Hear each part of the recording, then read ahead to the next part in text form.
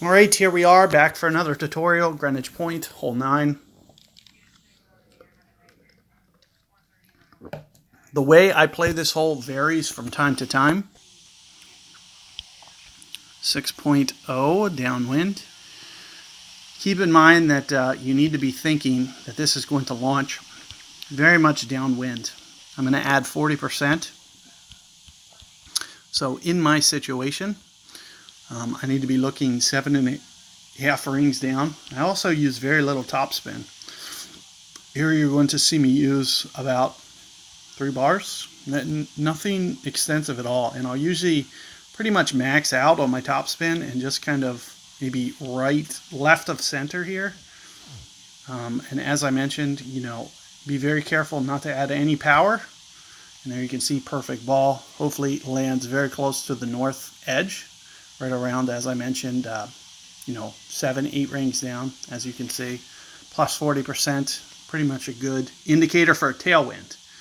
Keep in mind, if you're not using a tailwind and it's just a side wind, maybe you have to back it off. Maybe it's because it's not going to be shooting as much downhill. So maybe plus 20% would be a nice estimator for what's going to change. But also make sure that you're not adding additional power. So you could see that the way that I went about doing that shot was, very careful to make sure that when I curl, that I'm not adding power. And you can see that's what my opponent's doing here. You can see using my guide, he's actually under power in this. So very safe doing it that way, as I mentioned, with the max curl. You're going to put yourself in great position. The best thing for this hole is making sure that you have a side spin ball. Titan's not a very good ball for this hole. It gives me kind of advantage, kind of all around. I have an advantage on this, plus the shootout as well. Now what I'll usually do for this hole is very close to a max ring adjustment. It is a little bit uphill.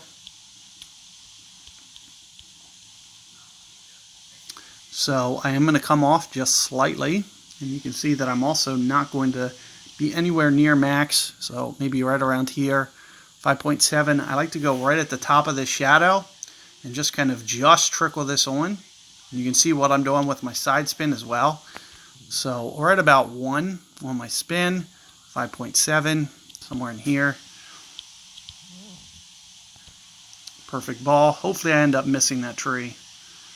But it's going to be very, very close. You have to be a little bit careful with the way that you go about doing that. And let's see how this looks. It's actually pretty good.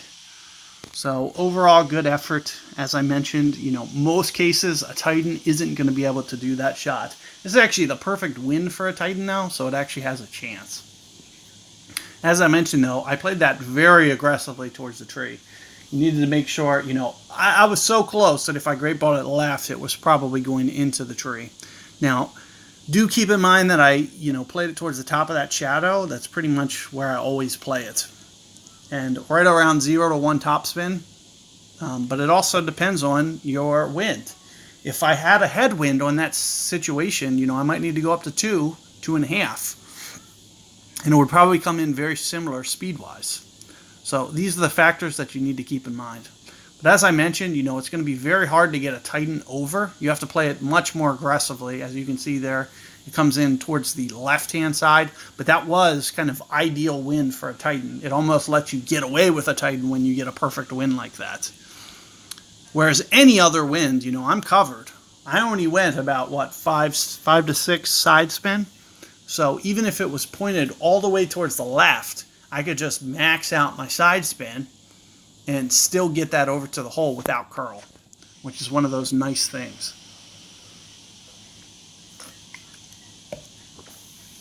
So good luck with this hole, guys. I think it gives you a very reasonable chance to be able to get this for albatross when you play it, very casually. When we get this in the tournament, I play it with quarterback off the tee.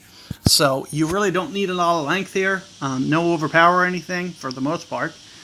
Headwinds might be a difference, but good luck there, and catch you guys on the shoot.